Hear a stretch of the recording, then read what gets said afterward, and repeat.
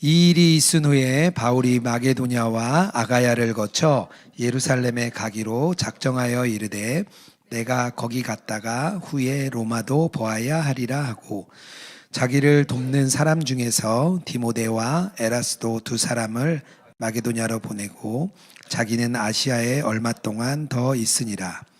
그때쯤 되어 이 도로 말미암아 적지 않은 소동이 있었으니 즉 데메드리오라 하는 어떤 은장색이 은으로 아데미의 신상 모형을 만들어 직공들에게 적지 않은 벌이를 하게 하더니 그가 그 직공들과 그러한 영업하는 자들을 모아 이르되 여러분도 알거니와 우리의 풍족한 생활이 이 생업에 있는데 이 바울이 에베소뿐 아니라 거의 전 아시아를 통하여 수많은 사람들을 권하여 말하되 사람의 손으로 만든 것은 신이 아니라 하니 이는 그대들도 보고 들은 것이라. 우리의 이 영업이 전하여질 위험이 있을 뿐 아니라 큰 여신 아데미의 신전도 무시당하게 되고 온 아시아와 천하가 위하는 그의 위엄도 떨어질까 하노라 하더라. 그들이 이 말을 듣고 분노가 가득하여 외쳐 이르되 그다 에베소 사람의 아데미여 하니 온 시내가 요란하여 바울과 같이 다니는 마게도니아 사람 가이오와 아리스타고를 붙들어 일제히 연극장으로 들어가는지라. 바울이 백성 가운데로 들어가고자 하나 제자들이 말리고 또 아시아 관리 중에 바울의 친구된 어떤 이들이 그에게 통지하여 연극장으로 들어가지 말라 권하더라. 아멘. 네, 오늘 말씀은 이제 에베소 사도행전 19장 앞부분에 20절이었죠. 이제 큰 말씀의 부흥이 있었던 후에 이루어지는 그런 어려움에 대한 이야기입니다. 부흥하면 제가 생각나는 분이 조지 위필드라는 이제 목사님이세요. 웨슬리 목사님과 함께 영국에서 감리교 운동을 이끄셨던 분이고요. 이 조지 위필드 목사님은 좀 특이하게 미국으로 넘어가셨어요. 그래서 미국에서 또 영적 대각성 운동에 아주 중요한 역할을 했던 이제 그런 분입니다. 이제 9번을 이제 영국과 미국을 이제 왔다 갔다 했던 그런 분이에요. 미국에 건너가서 큰 부흥이 이루어나고 그리고 고아원도 생겼습니다. 고아원도 지어서 100명의 고아를 먹이고 입히는 일을 이렇게 하고 있었습니다. 그리고 영국으로 되돌아왔어요. 그런데 영국으로 되돌아왔을 때 인생 최대의 위기를 만납니다. 분명히 부흥이 있었는데 부흥 뒤에 인생 최대의 위기를 맞이하는 게 바로 오늘 휘필드 목사님이었어요. 모든 삶이 그렇겠지만 신앙에도 이렇게 꼭 굴곡이 있습니다. 좋을 때도 있고 나쁠 때도 있죠. 영적인 침체도 우리에게 찾아오는데 이게 한번 침체가 되면 일어나는 게 참 어려워요. 여기가 끝인 것 같으면 더 바닥이 있고 끝인 것 같으면 또 바닥이 있어서 일어나는 게 참 어렵습니다. 그런데 그때 일어날 때 뭔가 좀 붙들 게 있어야 돼요. 뭘 붙들어야 좀 힘있게 일어날 거 아니에요. 그래서 좀 무엇을 붙들어야 되는가 저는 오늘 말씀을 통해서 좀 나누려고 합니다. 조지 필드 목사님은 그 야외 설교, 좌절하지 않고 자기가 설교할 곳이 없으니까 야외로 나가서 하루에 2번 야외 설교를 했습니다. 그 동료들이 휘필드 목사님을 이렇게 얘기해요. 그는 난로가에 유순히 앉아서 그 땅의 사악함을 애통하고 있지 않았다. 그는 높은 자리에 앉아있는 마귀에 담대하게 맞서기 위해 나아갔다. 그러니까 휘필드 목사님 뭐가 붙든 거죠. 뭔가 붙들고 그냥 주저앉아 있지 않고 밖으로 나가서 복음 전하는 일을 했습니다. 바울이 에베소에 2년을 넘게 한 2년 3개월에서 2년 6개월 정도 있었다고 봅니다. 있으면서 큰 부흥이 있었어요. 20절 말씀이에요. 이와 같이 주의 말씀이 힘이 있어 흥황하여 세력을 얻으니라. 에베소에 엄청난 부흥이 왔습니다. 근데 그 무렵에 지금 우리가 읽었던 소동이 일어난 거예요. 그래서 제자들이 같이 연극장으로 끌려가는 일이 있었습니다. 에베소라는 지역은 이 아시아 쪽 지역의 아주 큰 도시였습니다. 25만이라는 도시가 그 도시에 백성들이 살 정도로 그 당시에 엄청 큰 도시 중에 하나였고요. 아데미라는 신전이 있었어요. 얼마나 크냐 하면 축구장보다 더 크다 그래요. 지금 유적지가 그대로 남아 있습니다. 그래서 세계 7대 불가사의 중에 하나다 이렇게 할 정도로 아데미 신전이 뭐 엄청나게 컸습니다. 그리고 특별히 하늘에서 아데미 여신이 떨어졌다 그러는데요. 아마 운석이 떨어진 것 같아요. 그 운석을 가져다가 우상으로 만들어서 아데미 신전에 세워놨습니다. 이 아데미라는 여신은 풍요를 상징하는 그런 여신이었습니다. 그런 곳에 이 에베소가 있다 보니까 에베소라는 지역은 그 우상과 제사 이걸 엄청난 산업이 있었어요. 그러니까 영국에 가면 축구가 거의 산업이거든요. 그냥 축구로 끝나는 게 아니라 축구 하나를 위해 엄청난 산업이 이렇게 조성되어 있습니다. 아마 에베소도 동일하게 그랬던 것 같아요. 많은 사람들이 이 우상과 또 그곳에 제사 드리는 제물 여러 가지 이유들로 그 산업에 종사하면서 큰 돈을 벌었습니다. 그중에 오늘 나오는 데메드리오라는 사람은 어떤 사람이냐면 은감실, 은으로 만든 실을 우상을 작게 만들어서 돈을 버는 그런 사람이었어요. 장사를 통해서 오늘 말씀에 보면 큰 돈을 벌고 있었다 이렇게 이야기를 하고 있습니다. 그런데 바울이 전한 복음이 너무 능력이 크다 보니까 아마 우상 장사가 잘 안 됐던 것 같아요. 그러니까 큰 타격을 입은 거죠. 뭐 평양 대붕 말고도 미국에서는 여러 곳에 부흥이 있습니다. 에즈베리에서도 부흥이 있었는데 1975년에도 한번 부흥이 있었고요. 휘튼 대학이라는 곳에서도 부흥이 한번 있었습니다. 그때마다 어떤 일이 일어나냐 하면 학교 주변에 술집이 다 문을 닫았다 그래요. 학생들이 부흥이 일어나니까 술을 안 먹게 됐다는 거예요. 그래서 문을 닫았대요. 이게 비슷한 거죠. 그러니까 그러다 보니까 이 사람들이 어떻게 얘기를 했냐면 바울이 아데미 여신을 모욕했다는 거예요. 그것으로 이제 가짜 증거를 막 주장을 해가지고 바울이 없었고 바울 동료들을 잡아다가 연극장까지 끌고 갔습니다. 그리고 몇 시간씩 여기서 크다 아데미 여신이여 이거를 막 사람들이 외친 거예요. 오늘의 이제 상황인 거죠. 부흥 뒤에 분명히 위기와 어려움이 찾아오는 걸 볼 수가 있어요. 오늘 말씀에서. 그런데 어려움이 찾아오는 이유가 있습니다. 오늘 말씀에 보면 그 이유가 한 두 가지 정도 나오는데요. 첫 번째 이유는 자기의 이익을 구하기 때문이에요. 25절 말씀이에요.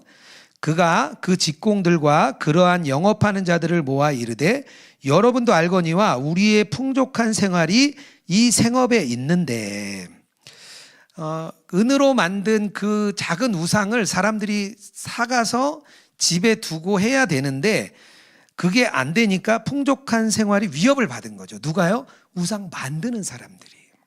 자기 이익에 관심이 있는 거죠. 이 사람들이. 로마의 종교의 특성은 이런 거였어요. 지금도 뭐 사실 비슷하긴 합니다. 로마 종교의 특징은 서로 이렇게 주고받는 거예요. 신하고 내가 서로를 주고받는 거예요. 나의 열심과 돈과 시간을 들어서 섬기면 신이 나를 위해서 뭔가 베풀어 주던지 아니면 최소한 해코지는 안 할 거다. 그렇게 생각했습니다. 그래서 가정마다 우상을 만들어서 집에 이렇게 신주단지를 모셔놓듯이 이렇게 우상을 잘 놔두는 게 그때 당시 문화였어요. 자기의 이익을 위해서 종교 생활을 하는 거죠. 신을 위해서 일을 하는 게 아니라 자기 이익을 위해서 종교 생활을 하고 탐심 가득한 겁니다. 그런데 꼭 종교가 아니더라도 보통 사람들도 대부분 불이익이 오면 못 참아요. 아주 조용한 사람들도 자기한테 불이익이 오면요 다 마음에 화가 일어납니다. 그게 우리 마음의 기본적인 상태예요. 왜냐하면 하와가 왜 하나님을 배반했냐면 자기 자신을 위한 사랑 때문이에요. 탐심도 있었고요. 하나님처럼 높아지고 싶은 마음도 있었습니다. 그래서 하나님으로부터 돌아서는 거죠. 하나님이 아담과 하와를 만든 이유가 하나님 사랑하고 이웃을 사랑해라. 이웃이 없으니까 서로 사랑하고 생태계 전체를 사랑하는 마음을 주신 건데 그게 창조 목적인데 하와는 사랑이라는 창조 목적을 넘어서 어디로 갔냐? 자기 자신에게 간 거죠. 자기 사랑, 탐심, 자기 이익을 위해서 살아간 거죠. 그게 그대로 우리 안에 들어와 있습니다. 지금 살고 있는 우리들 안에 그대로 남아 있는 거죠. 영국의 C.S. 루이스라고 아주 유명한 기독교 작가죠. 이분이 자기 에세이에서 내부 패거리라는 표현을 합니다.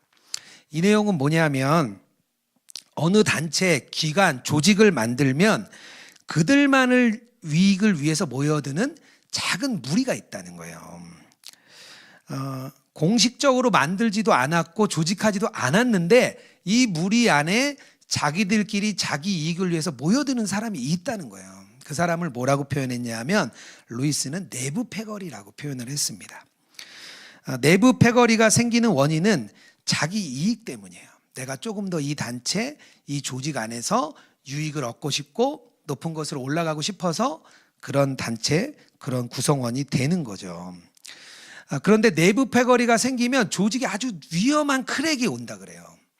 어떤 그룹이 자기를 위해서, 자기 이익을 위해서, 자기 탐심을 위해서 어떤 그룹이 막 가잖아요. 그럼 다른 사람들도 똑같이 갑니다.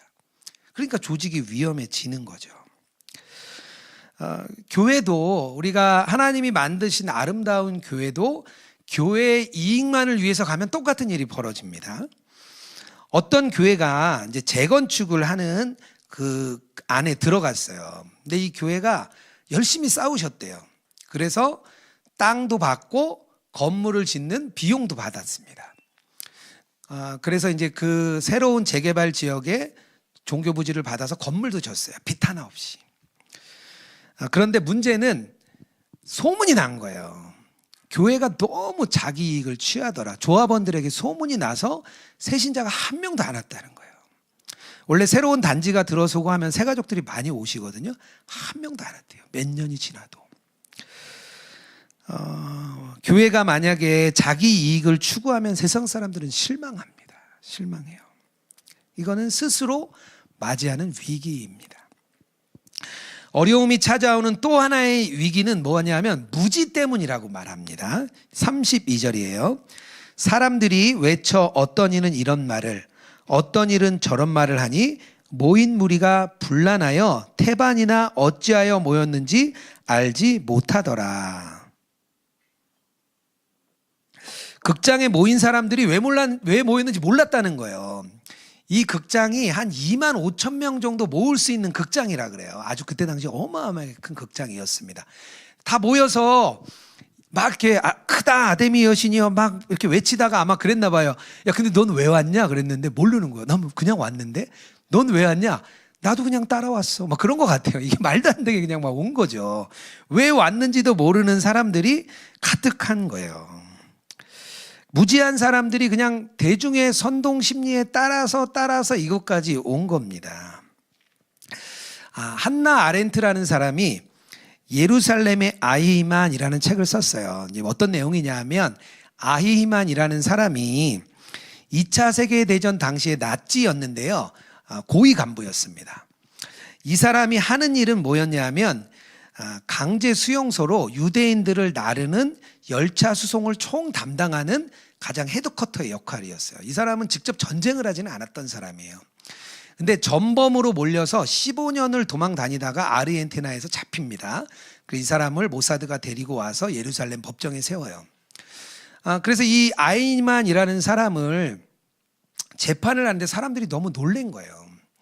이 아이만이 유럽 각지에 있는 유대인 500만 명을 기차에 태워서 수용소로 보냈습니다. 아주 나쁜 사람일 거라고 생각했는데 사람이 너무 평범한 거예요. 동네 아저씨 같은 거예요. 그리고 이 사람한테 얘기를 하니까 뭐라고 얘기했냐면 자기는 정해진 규칙과 명령에 따라서 그냥 했다는 거예요. 나는 공무원이고 국가를 위해서 그냥 국가가 시키는 대로 행한 겁니다. 이렇게 얘기를 한 거예요. 근데 이 사람이 그 유대인들 600만 명이 잡혀가서 죽었다는 걸 알았어요. 알고 있었어요. 그들이 어떻게 죽는지 다 알았어요. 그런데 그냥 자기를 합리화시킨 거예요. 그냥 무지하기로 결정을 한 겁니다. 악이라는 것은 우리가 무지하게 행동할 때 나타납니다. 우리의 사고가, 우리의 생각이 없어질 때 나타나요. 우리가 무지하다고 생각하는 상황에서 악이 막 드러납니다. 신앙생활도 무지하게 할 수 있어요. 교회에 오래 다니면 교회의 문화가 나에게 익혀집니다. 새벽 기도도 가고, 부활절에 모이라 그러면 모이고, 특별 새벽 기도 하라 그러면 특별 새벽 기도 하고, 그냥 교회에서 얘기하는 대로 따라갑니다. 물론 뭐 나쁜 건 아니죠. 그런데 아무런 생각 없이 문화에 젖어들 수가 있는 거예요. 조금 더 깊이 들어가서 성경이 말하는 가치관, 성경이 말하는 세계관은 어떤지 생각하지 않아요. 이번에 로잔 대회를 마쳤는데요. 비난하는 분들이 굉장히 많이 일어났습니다. WCC와 로잔 대회는 전혀 반대의 대척점에 있는 건데 같다는 거예요. 이유도 없어요. 그냥 자기네가 보니까 같대요. 역사도 있고 문서도 있고 다 있는데 그런 거는 돌아보지 않아요. 그냥 그런 거 같다고 하면서 막 유튜브에서 이야기를 하고 많은 사람들이 그것을 따릅니다. 저희가 10월 말에 캐나다에 목회자 세미나를 가는데요. 접수가 안 돼요. 그래서 왜 안 되냐고 전화를 드렸더니 그 로잔 대회를 비판하는 영상 때문에 사람들 마음이 돌아섰다는 거예요. 그게 너무 답답했어요.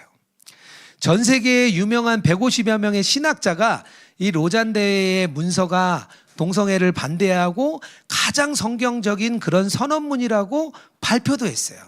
근데 그것도 필요 없대요. 안 믿는 거예요. 그리고 사람들이 그 주장을 믿습니다. 그리고 따라가요. 그게 무지한 경우의 대표적인 사례인 것 같습니다. 분명히 부흥 뒤에도 어려움도 오고 위기도 찾아옵니다. 모든 상황에서 우리가 그렇다면 뭔가를 붙들어야 돼요. 오늘 사도 바울은 우리가 붙들어야 될 것, 어려움에 붙들어야 될 것을 두 가지를 말합니다. 첫 번째는 하나님이 주신 소명을 붙들라는 거예요.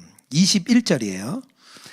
이 일이 있은 후에 바울이 마게도냐와 아가야를 거쳐 예루살렘에 가기로 작정하여 이르되 내가 거기에 갔다가 후에 로마도 보아야 하리라. 마게도냐를 거쳐서 로마에 가겠다는 그런, 로마까지 복음을 전하겠다는 그런 소명을 바울이 붙듭니다. 이 상황이 아까 제가 말씀드린 대로 20절 말씀에 주의 말씀이 힘이 있고 흥왕하여 세력을 얻으니라. 그러니까 부흥이 막 있는 상황에서 사도 바울은 그 자리에 만족하지 않고 이 부흥을 어딘가에 전해주고 싶은 거예요. 그래서 다시 소명을 붙들었어요. 아마도 이 디모데와 에라스도를 마게도냐에 먼저 보내거든요. 그 이유를 로마까지 가기 위해 헌금을 좀 잘 걷어라. 연보를 좀 걷어서 우리가 로마까지 갈 수 있는 준비를 좀 해라 해서 이제 보낸 것 같아요. 이 일은 폭동이 일어나기 바로 전이었어요. 바로 전에 사도 바울에게 하나님이 소명을 주시고 폭동이 일어났을 때에도 그것을 붙들게 하십니다. 만약에 소명이 없다고 한번 생각해 보세요. 소명이 없다. 그냥 우리가 하나님이 준 소명이 없다.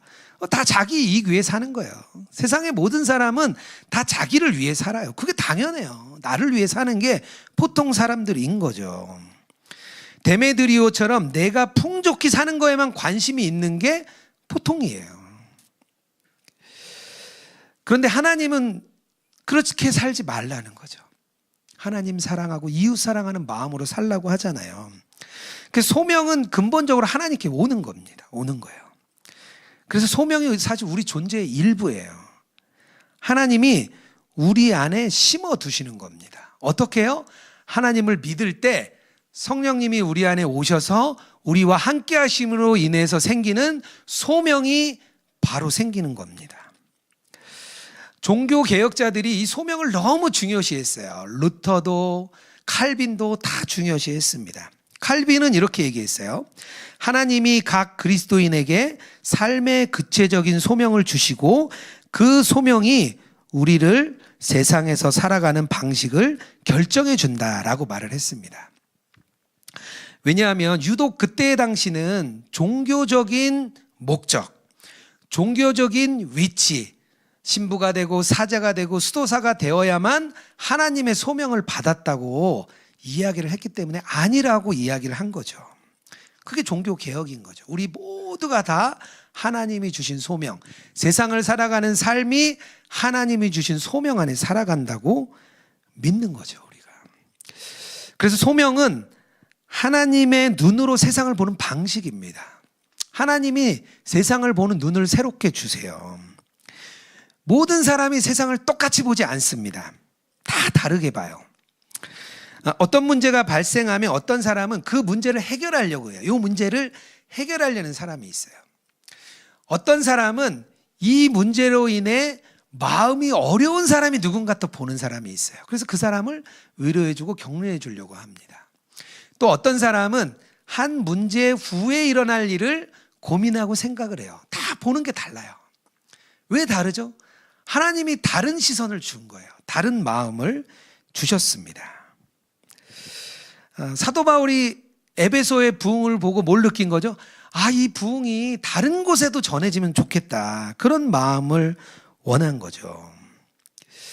그런 마음이 있으니까 폭동이 일어나서 그 극장에 바울이 막 들어가려고 합니다. 만약에 들어가면 큰 문제가 생길 수 있는데 두렵지 않은 거예요. 그동안 어려움을 많이 겪어왔기 때문에 하나님이 붙드실 거란 걸 아니까 그 안으로 들어가겠다는 거예요. 많은 분들이 소명을 모른다 그래요. 이렇게 이야기 나눠보면 성도님들, 저는 소명이 없어요. 저는 잘 모르겠어요. 그렇게 이야기를 해요. 근데 그렇지 않습니다. 하나님이 우리 안에 오실 때 씨앗을 착 심어두세요. 소명에 대한 씨앗을 심어주시고요. 그냥 떠나시는 게 아니라 우리 안에 거하시면서 우리 안에 있는 소명이, 씨앗의 소명이 자라고 열매 맺고 30배, 60배, 100배를 맺도록 성령님이 우리와 늘 함께 하십니다. 그래서 우리 마음에 소명을 자라게 해주세요.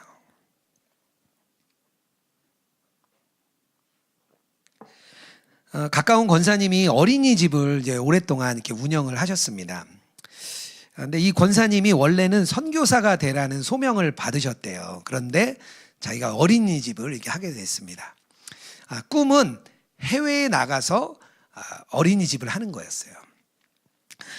그래서 이 어린이집을 운영하면서 목사님들, 선교사님 자녀들은 이렇게 좀 굉장히 많은 할인을 이렇게 해줬습니다. 그리고 하나님의 방식, 하나님의 말씀하시는 대로 어린이집을 잘 운영했어요. 그러다 보니까 주변에 많은 가까운 사람들이 좀 멀어도 그 어린이집에 다 보냈어요. 그 권사님이 너무 잘 하시는 것 같으니까 잘 보냈어요. 근데 이 권사님이 이제 어린이집을 잘 운영하다가 요즘에 아이들을 안 낳으니까 너무 어려운 거예요. 그래서 몇 년을 이렇게 고민하다가 어린이집을 접었습니다.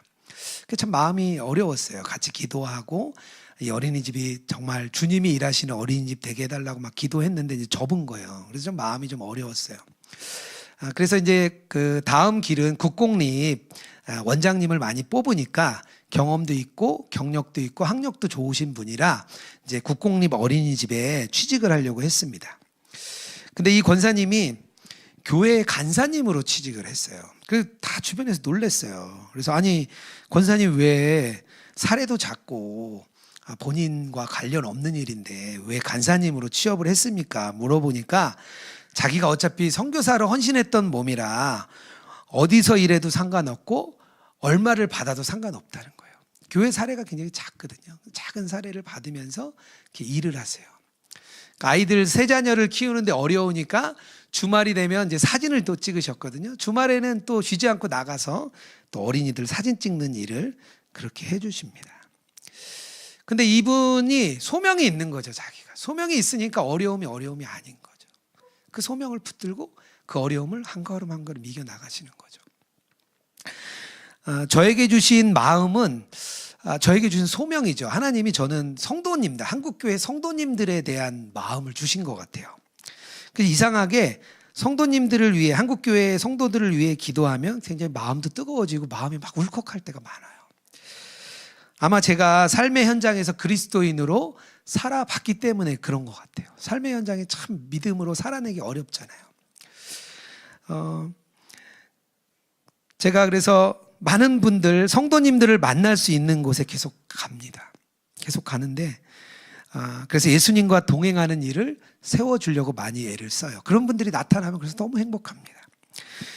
지난 화요일에 저희가 북클럽 모임을 했는데요. 책 제목이 선하신 하나님이라는 책이었어요. 이 모임을 갖고 한 집사님이 자기가 이 책을 읽으면서 내가 그동안 예수님과 동행한다고 생각했는데 다 구호뿐이고 가짜였던 것 같다고 스스로를 점검하셨어요.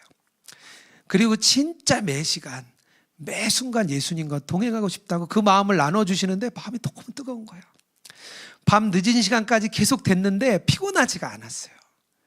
그분의 이야기를 듣는데 너무 기뻤습니다. 그래서 제가 이게 내 소명이구나. 우리 성도님들 안에 예수님과의 동행을 나눠주고 함께하는 게 제 소명이구나. 그렇게 생각을 했습니다. 부흥 뒤에 어려움이 있습니다. 고난도 찾아오고 위기도 찾아옵니다. 근데 그때 우리가 주님이 주시는 소명을 붙들어야 돼요. 그 소명을 붙들면 어려움도 이길 수 있습니다. 그 소명을 붙들고 나가는 저와 여러분 되기를 주님의 이름으로 축복합니다. 또 한 가지 우리가 붙들 게 있는데요. 뭐냐 하면 때마다 주시는 지혜를 붙들어야 됩니다. 30절 31절이에요. 바울이 백성 가운데로 들어가고자 하나 제자들이 말리고 또 아시아 갈리 중에 바울의 친구된 어떤 이들이 그에게 통지하여 연극장에 들어가지 말라 권하더라. 바울은 뭐 어려운 거 생각 안 하기 때문에 들어가려고 했어요. 그런데 제자들도 관리 친구들도 들어가지 말라는 거예요. 그래서 이번에는 사도 바울이 이 말을 따릅니다. 하나님이 때마다 주시는 지혜가 있어요. 때마다 주시는 지혜. 그것을 우리가 잘 붙들어야 돼요. 이번 사건에도 결국에는 서기장이라는 사람이 나서서 그 소동을 잠재웁니다. 그러니까 하나님의 방법이죠. 하나님의 특별한 방법으로 문제를 딱 이렇게 잠재우세요. 만약에 바울이 그곳에 들어갔다면 아마 더 큰 일이 일어났을 것 같아요. 사람들이 막 더 화가 났을 것 같아요. 그런데 바울은 없고 그의 제자들만 있었기 때문에 그냥 잘 무마될 수가 있었습니다. 누가복음 21장에 보면 하나님이 뭐라고 말씀하시냐면 환난 때에 지혜를 주시겠다는 거예요. 누가복음 21장 14절에서 15절이에요. 그러므로 너희는 변명할 것을 미리 궁리하지 않도록 명심하라. 내가 너희의 모든 대적이 능히 대항하거나 반박할 수 없는 구변과 지혜를 너희에게 주리라. 하나님이 지혜를 주신다는 거예요. 때마다. 걱정하지 말라는 거예요. 근데 우리가 지혜와 지식은 좀 다릅니다. 지식은 배우는 거예요. 하나님의 말씀을 듣고 공부하고 세상 지식도 우리가 공부할 때 얻어질 수 있죠. 근데 지혜는 달라요. 하나님이 주시는 지혜는 주님의 말씀에 우리가 순종의 걸음을 걸을 때 지혜가 생깁니다. 그게 지혜가 되는 겁니다. 하나님이 우리 안에 마음을 주세요. 말씀을 우리 안에 심어주시고 그 말씀에 순종한 사람에게 지혜가 되는 거예요. 왜냐하면 예수님 자체가 지혜시거든요. 예수님이 이제 3년 반 동안 사역을 할 때 바리새인과 서기관들과 제사장들이 어떻게든 예수님을 궁지에 몰아놓으려고 애를 많이 씁니다. 여러 질문을 던져요. 세금 내는 문제에 질문을 던집니다. 성전세 내는 문제, 안식일에 일을 하는 문제, 여러 가지 아주 애매한 질문들을 계속 이렇게 던져요. 그때마다 예수님께서 아주 지혜로운 대답을 내놓습니다. 그래서 이 답을 얻고 나니까 이러지도 못하고 저러지도 못하는 상황을 그 제사장들과 바리새인들, 서기관들이 맞이합니다. 예수님 자체가 지혜세요. 그 예수님이 우리 안에 오셔서 우리와 함께 하시기 때문에 우리가 우리 안에 계신 주님의 말씀을 잘 듣고 그것에 따르고 순종하면 지혜가 되는 거예요. 그래서 때마다 순간마다 주님이 우리에게 주시는 마음을 그래서 우리가 잘 따라야 됩니다. 사도 바울은 가는 곳마다 같은 복음을 다르게 전했어요. 유대인들에게는 유대인들에게 맞게 전했어요. 구약에서 말하는 메시아가 예수님이다. 구약의 율법이 중요하니까 그것에 맞춰서 전했습니다. 이방인들에게는 이방인들에 맞게 철학적인 사변을 가지고 변증을 하면서 전했어요. 바울이 가진 지혜죠. 사람과 때에 따라서 주님이 주시는 마음대로, 주님이 주시는 말씀대로 잘 순종하니까 이제 지혜가 된 거죠. 누군가를 아주 사랑하고 또 가까이 하면 이런 생각이 들어요. 그분은 어떻게 생각할까 그런 생각이 들어요. 제가 마틴 로이드 존스 목사님을 굉장히 좋아합니다. 이미 뭐 돌아가신 분이죠. 그분의 책을 많이 읽었고 또 그분의 말씀을 굉장히 좋아합니다. 그래서 설교를 이렇게 준비할 때는 그분의 책을 제일 먼저 이렇게 찾아보게 돼요. 그리고 그분은 어떻게 이 말씀을 전했을까 생각을 합니다. 제가 이제 사랑하니까요. 제가 또 유기성 목사님하고도 같이 사역을 하는데요. 제가 참 존경하고 참 사랑하는 분이세요. 그래서 이제 예수동행 운동을 전하러 가면 목사님들 뭐 저한테 많이 질문을 하세요.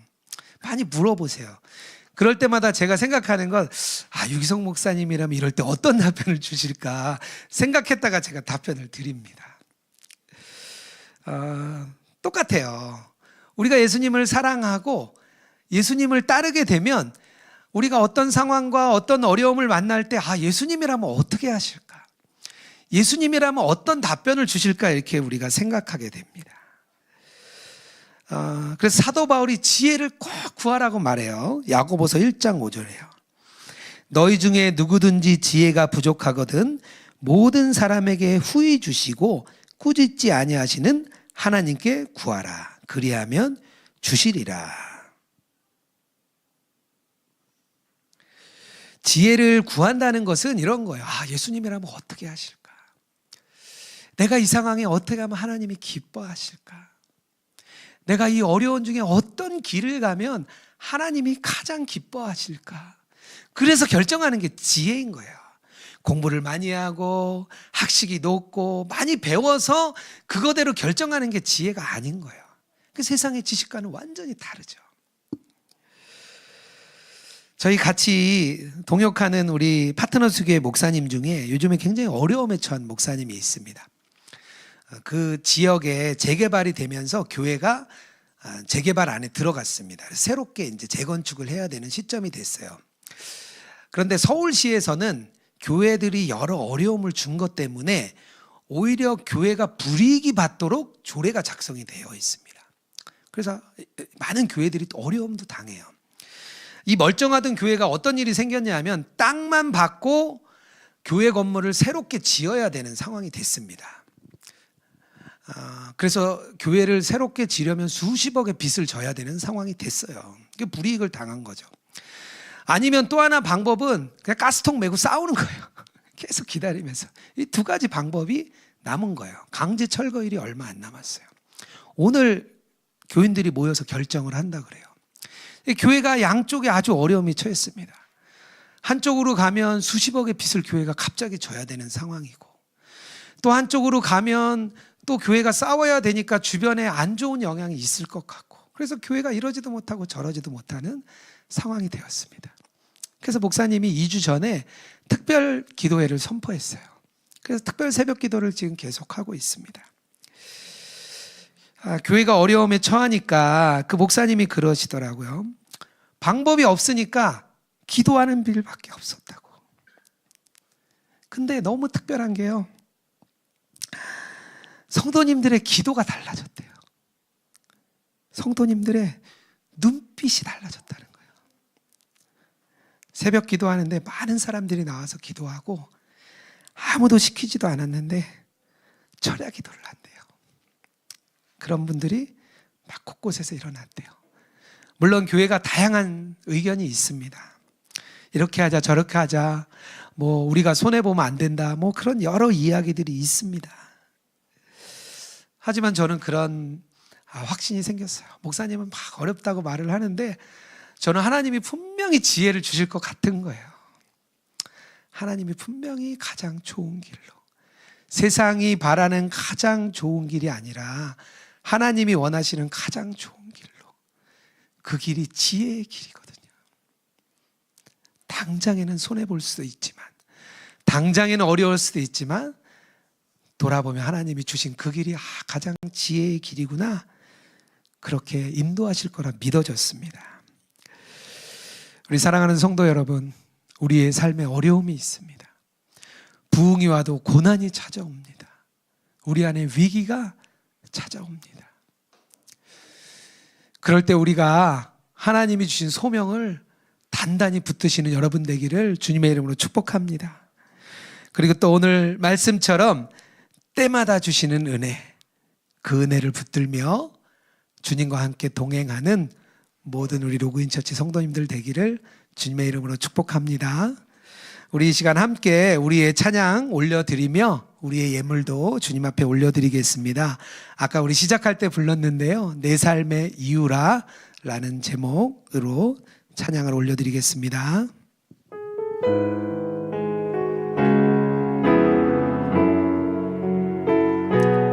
우리 가슴에 손을 얹고 이렇게 좀 찬양했으면 좋겠습니다.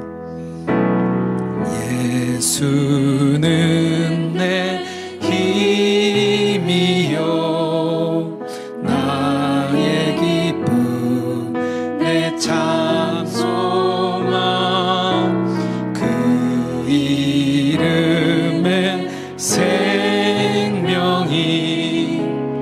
내 삶의 이유 내가 사나 죽으나 내가 사나 죽으나 그 이름을 위하여 내 모든 것 다 드리니 내 모든 것 드리니 나를 받으소서. 오직 주만 따라갑니다.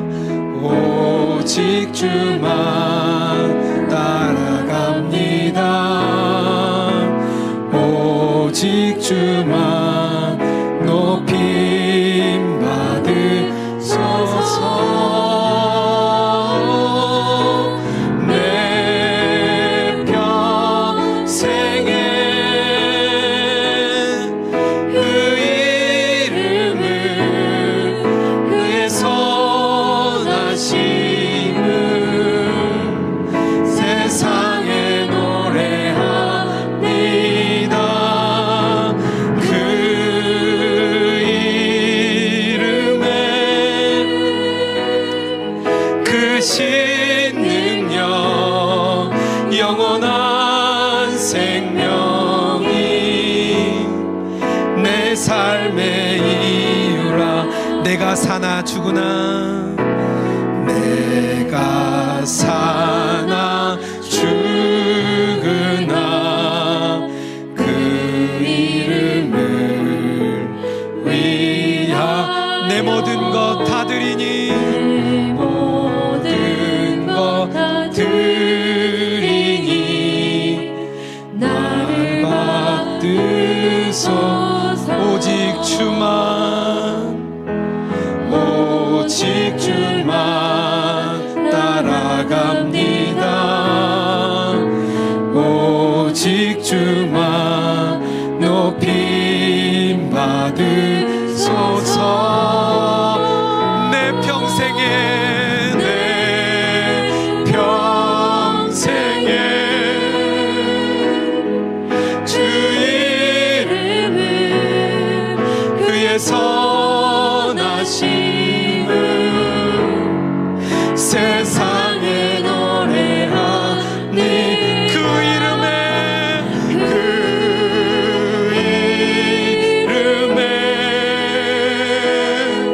그 신능력 영원한 생명이 내 삶에 내 평생에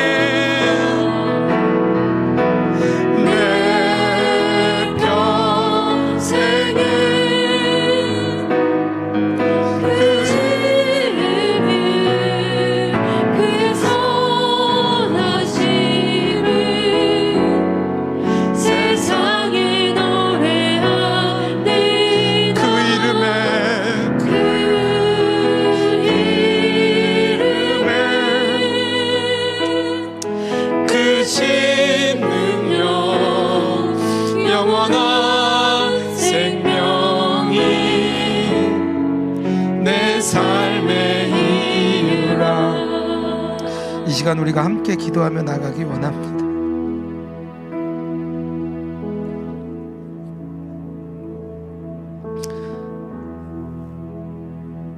우리의 삶에 어려움도 오고 낙심도 오고 실패도 옵니다. 주님 믿고 살아가는데도 우리의 삶이 녹록지가 않습니다. 하지만 우리가 그런 상황에서도 나의 이익 위해 살지 않게 하여 주시옵소서. 무지한 세상 따라가는 삶 되지 않게 하여 주시옵소서. 또 하나, 기도할 때 어려울 때마다 우리가 주의 소명을 붙들게 하여 주시옵소서. 주님이 주시는 지혜를 붙들며 나가는 저희들 되게 하여 주시옵소서. 이 시간 우리의 결단을 주님 앞에 올려드리며 나아가겠습니다. 하나님 아버지, 우리가 주님 앞에 나아갑니다. 하나님, 우리가 이 땅 가운데 살아가는데 하나님, 세상의 풍파가 너무나 셉니다. 하나님, 세상에 어려움이 너무나 많습니다. 세상의 삶이 왜 이리 녹록지가 않습니까? 주님, 우리의 삶이 왜 이리 힘이 듭니까? 우리가 하나님 믿고 사는데 우리는 왜 힘이 듭니까? 주님, 하나님, 우리 삶에 역사하여 주시옵소서. 하나님, 우리 삶 가운데 어려운 위기를 주님과 함께 이겨나가기 원합니다. 하나님, 우리가 승리하는 삶을 살기 원합니다. 내 삶의 이유가 오직 주님만 되게 하여 주시옵소서. 하나님, 우리가 무지한 사람 되지 않게 하소서. 자기 이익만 위해 사는 사람 되지 않게 하여 주옵소서. 이 얼마 안 되는 그의 삶이 하나님을 위한 삶 되게 하여 주옵소서. 정말 하나님을 사랑하고 이웃을 사랑하는 마음 하나님 우리에게 부어주시옵소서. 하나님, 우리 각자마다 하나님이 주신 소명이 있는 줄 믿습니다. 하나님, 그 소명을 붙들고 나가는 하나님 저희들 되게 하여 주옵소서. 하나님, 우리에게 주시는 주님의 마음이 있는 줄 믿습니다. 하나님, 우리에게 주시는 주의 역사가 있습니다. 은혜가 있습니다. 주의 능력이 있습니다. 주의 소명이 있습니다. 하나님, 우리가 그 소명을 붙들고 나가는 하나님 저희들 되게 하여 주옵소서. 하나님, 우리가 주의 지혜를 구합니다. 하나님, 우리가 때마다 주시는 은혜를 구합니다. 때마다 주시는 지혜를 따라가며 순종의 걸음을 걸을 때마다 하나님 역사하시고 인도하시고 하나님 우리의 삶을 열어주시옵소서.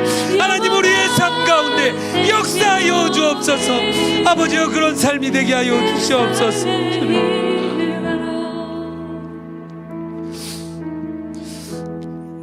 하나님 아버지, 오늘 말씀 통하여 깨닫게 하시니 감사합니다. 이 짧은 인생 나의 이익만 위해 살지 않게 하여 주시옵소서. 정말 하나님 나라 위하여 살아가는 자 되길 원합니다. 하나님, 우리 각자에게 소명 주신 줄 믿습니다. 그 소명이 깨달아지는 시간 되게 하여 주시옵소서. 우리 각자에게 주신 소명이 나의 삶의 중심이 되게 하시고 나의 삶을 이끌어가는 동력 되게 하여 주시옵소서. 하나님, 특별히 오직 내 안에 계신 그리스도 그분만을 의지하길 원합니다. 하나님, 어려울 때마다 주님을 더욱 바라보게 하시고 하나님이 주시는 말씀에 순종의 걸음을 걷게 하여 주시옵소서. 때마다 주시는 지혜를 붙들며 나가는 우리 삶이 되게 하여 주시옵소서. 하나님, 우리가 빈손으로 오지 아니하고 예물 들고 왔습니다. 이 예물이 주의 나라 위에 사용되게 하여 주시옵소서. 하나님, 우리 예물 드리는 손길 주여 붙잡아 주시고 물질로 인하여 어려움 당하지 않게 하시고 그 어려움이 있을 때 주님을 더욱 바라보며 주님과 더욱 친밀해지는 귀한 시간 되게 하여 주시옵소서. 이 예물이 온라인상에 길을 잃고 헤매는 영혼들 위하여 사용되게 하여 주시옵소서. 이 예물이 흘러갈 것을 보여주시고 알려주시고 깨닫게 하여 주시옵소서. 이 예물이 하나님이 기뻐하시는 그런 귀한 예물로 사용되게 하여 주시옵소서. 이제는 우리 주 예수 그리스도의 은혜와 하나님 아버지의 사랑과 성령의 교통하시고 동행하심이 하나님이 주시는 지혜를 붙들고 소명을 따라 한 걸음 한 걸음 걸어가는 우리 로그인처치 모든 교우들과 온라인상의 주의 백성 위에 이제로부터 영원토록 함께 하시기를 축원하옵나이다. 아멘.